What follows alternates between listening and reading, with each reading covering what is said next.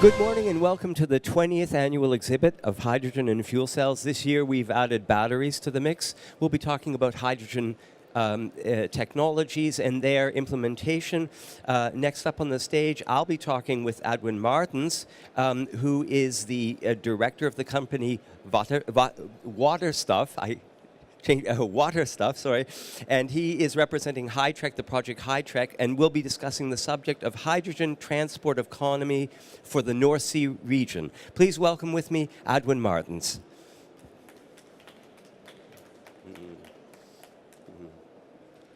Good morning. So with all those abbreviations, we always know there's something behind that. HyTrEc. What does HyTrEc stand for? Yes, HyTrEc is standing for the hydrogen transport economy for the North Sea region. So we are thinking how we can work together in implementation of hydrogen in transport. What are the cooperating people involved? Many countries or many businesses? Yes, we have about 8 countries involved in this project. It's quite high, and it's all the companies that are situated around the North Sea. So we are starting with the UK, going to Belgium, the Netherlands, Germany, Denmark and Sweden and Norway. So we have about 8 countries that are covering the whole area of the North Sea region in Europe, yes. Okay. Whenever we hear the word North Sea, we know that there's a wonderful resource available there. Yes. The wind. Yes. Okay, so I'm assuming, although you're talking about transportation, we are going to be talking about wind as a resource. Yeah. Yes, in our project it's very important to work with green hydrogen. It's a popular word, green hydrogen, but we are doing this in 2 ways. First way is that we are using wind energy, producing hydrogen by electrolyzers. The second thing is that we will also use byproduct from industry. So we really focus in this area on non-fossil fuel-based hydrogen to become more ready for the future without fossil fuels. Yeah.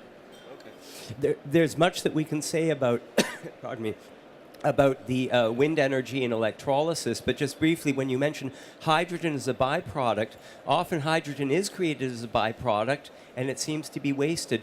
What technologies are you getting hydrogen as a byproduct from? Where is it coming from specifically?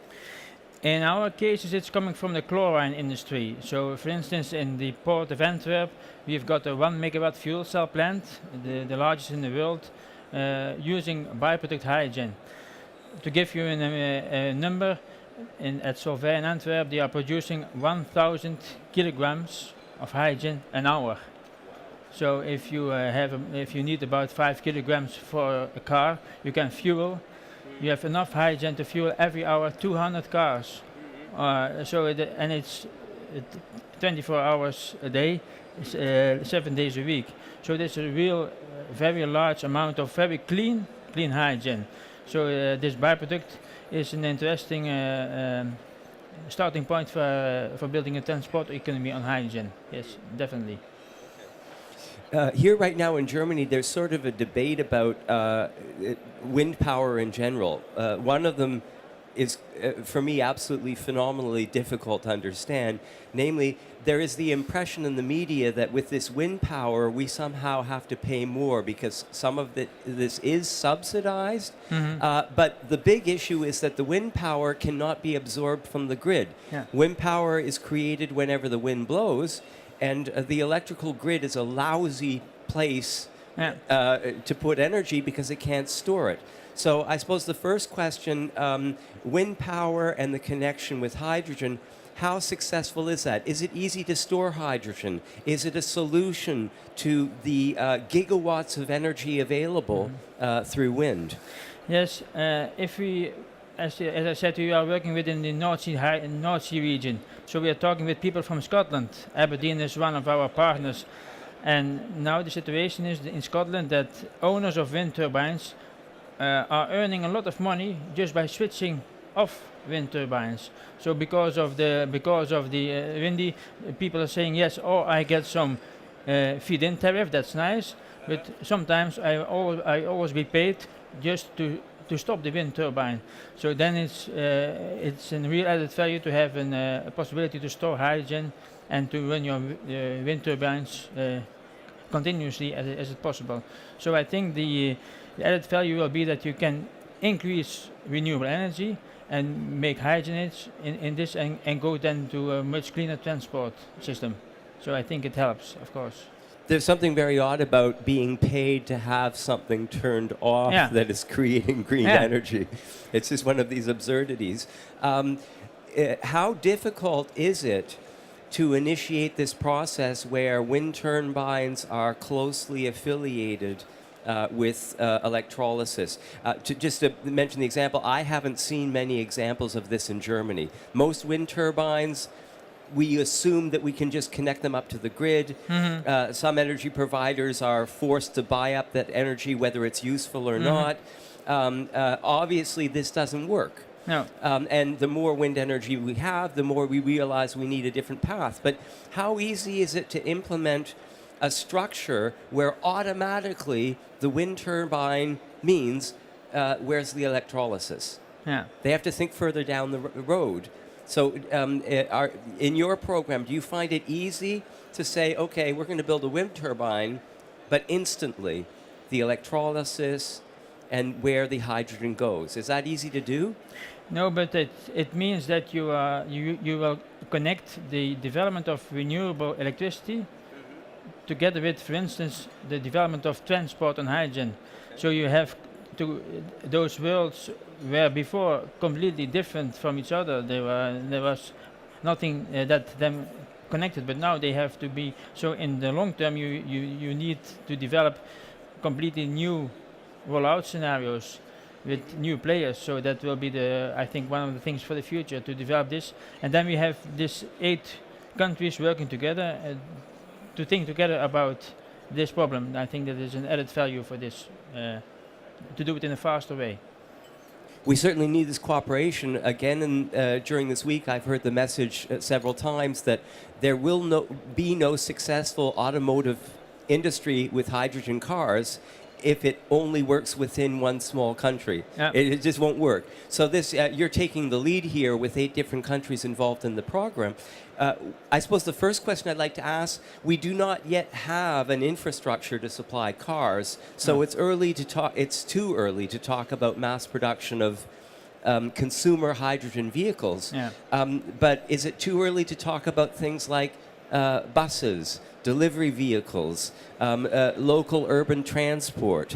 What's happening on those fronts? Yes, we are really focusing on this area. So we are focusing on buses, on garbage trucks, forklifts, because with one fueling station you can do a lot of things with buses. So we first focus on this, because also the utilization of your fueling station is much easier with buses than with passenger cars.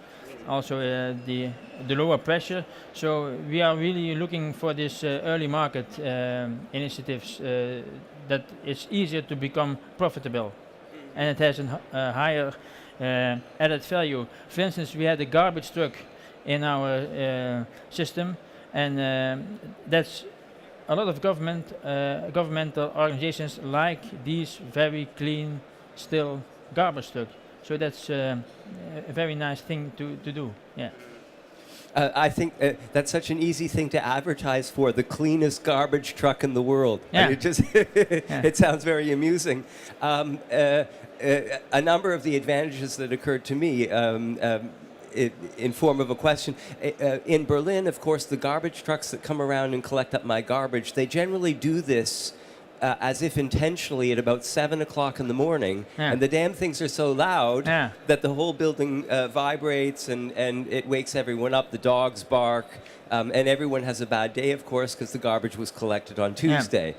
So on that note, what are the advantages, in addition to being clean, what are the advantages of having a hydrogen-driven garbage truck? Yes, but also, for instance, now there's a garbage truck in Eindhoven in the Netherlands.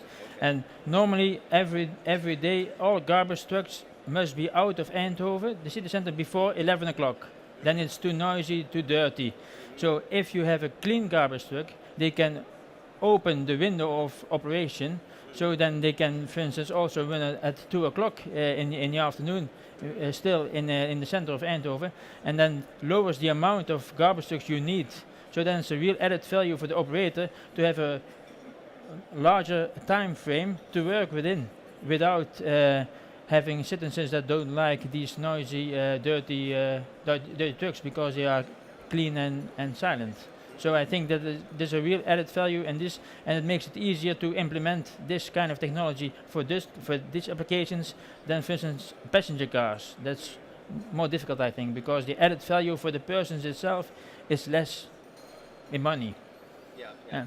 Because the vehicles are still expensive. Yeah, expensive. And without more mass production of hydrogen fuel cells, we can't decrease the costs of the manufacturing of the fuel cells. Yeah. So basically what you're doing is you're developing the first potential mass production market for utility vehicles that will help us to transition towards perhaps other forms of automotive applications. Yeah. Well, that's wonderful. It's very important, of course. I'm always interested when you get things like this, projects like this, you have to deal with the acceptance of a new technology. Yeah. So have you got any feedback back from those garbage truck drivers? Do they like the vehicle? Yes, and I can say that it is driving in the city of Eindhoven, and the fire brigade said we should know that this car is running on hydrogen, because in case of a problem, then we need so they made a sticker on this: I drive on hydrogen, very large, the whole garbage truck waterstof.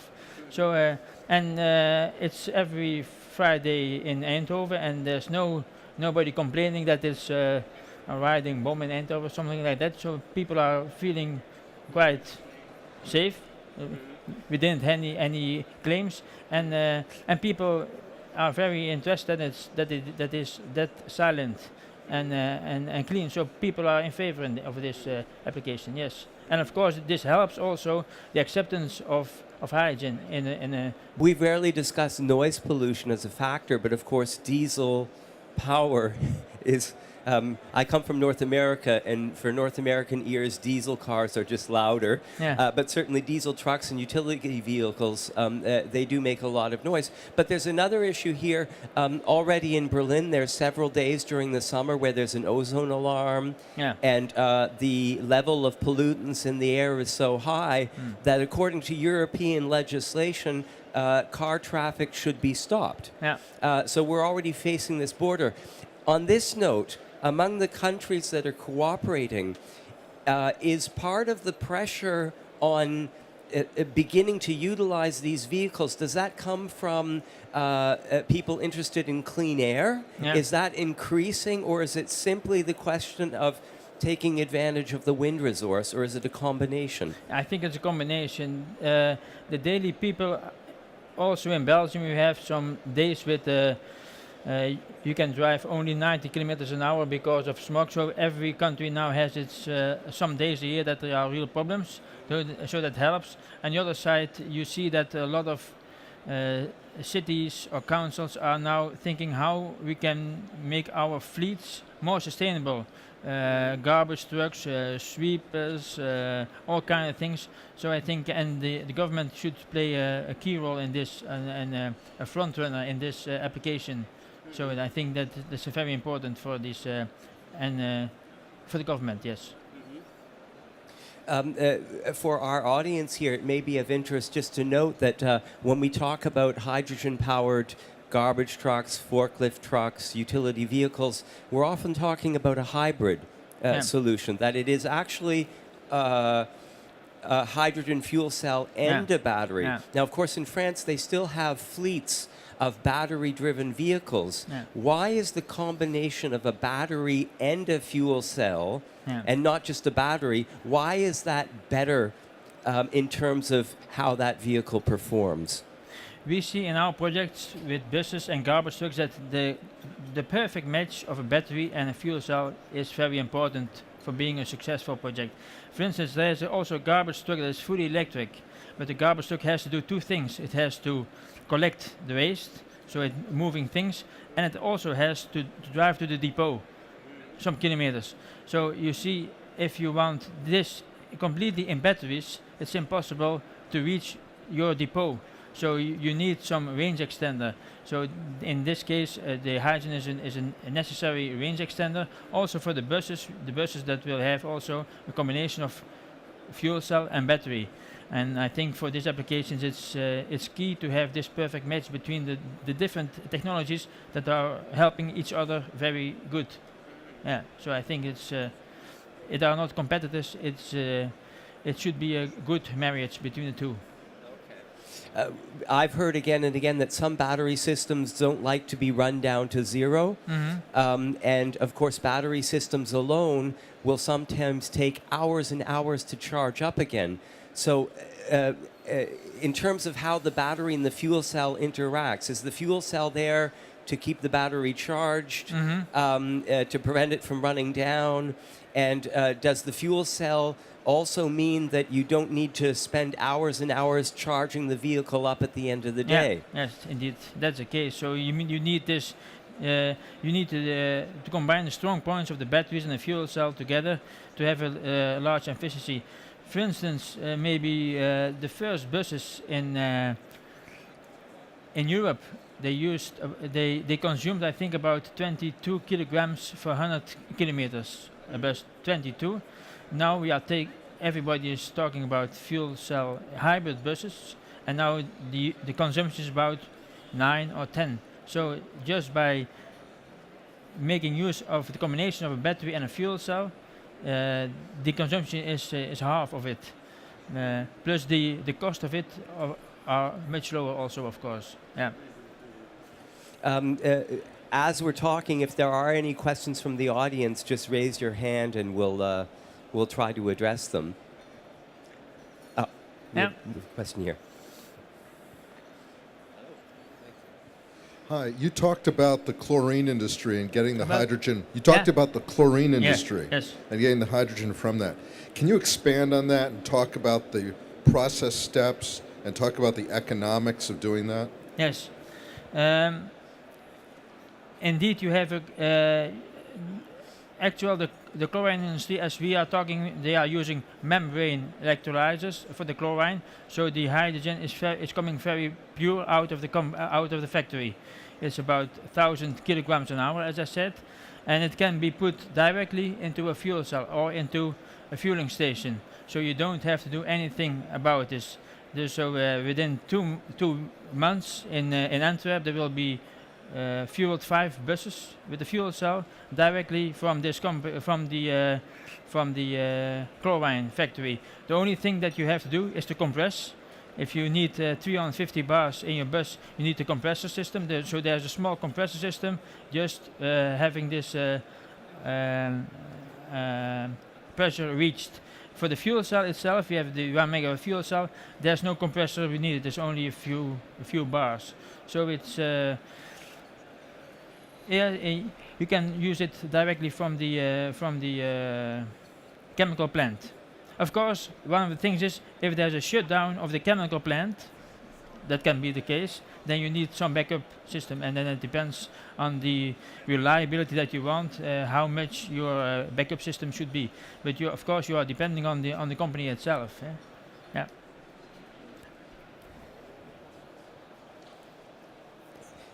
Let's return to the topic of our discussion here, which is transportation in the North Sea region. I don't know whether there's any statistics out there, but we all know the area is famous for a good, strong wind. Yes. So what is the potential of this resource? Are there any numbers out there of how many gigawatts we're talking about? No, but that will be one of the focus areas within our project within the next years, is how to convert this kind of wind energy into hydrogen. One of the things we made this calculation, for instance, for Flanders, for Belgium. If you have one wind farm, they are building now about 2,000 megawatt for the Belgian coast, but if you have one wind farm of about 300 megawatt, it's possible to have about 75% of all public buses being fueled by hydrogen in Flanders. So the idea of one wind farm is enough to have almost 80% of your public transport clean. Of course, in technical terms, it's not so easy, but the size means that that kind of things can be a real interesting future for in 2020, 2030. And that kind of exercise we want to do within this HyTrEc project, together with Aberdeen, with Sweden, with the Netherlands, with Denmark, to work on this thing. Another thing is that we also hear a lot of issues regarding the necessary energy storage of wind energy. So we also need just to store it, because otherwise the increase of wind energy will be stopped because of the problems with the grid. So you need energy storage. So energy storage and zero emission transport are very important issues in our region in the North Sea. Yeah. Do we have any questions from the audience? No? Just to pick up that train of thought here, we have also, for the transportation industry, a slight debate. Do we want to set up an infrastructure, which seems as if we're discussing building pipelines from one place to another, or can we decentralize the production of hydrogen?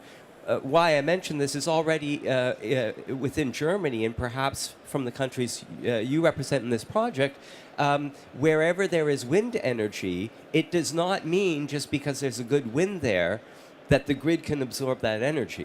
But certainly, if you make that into a storage issue, that is, if you convert on-site close to that wind turbine hydrogen, you have something that is easier to transport without a loss. The grid loses about 30% of the energy.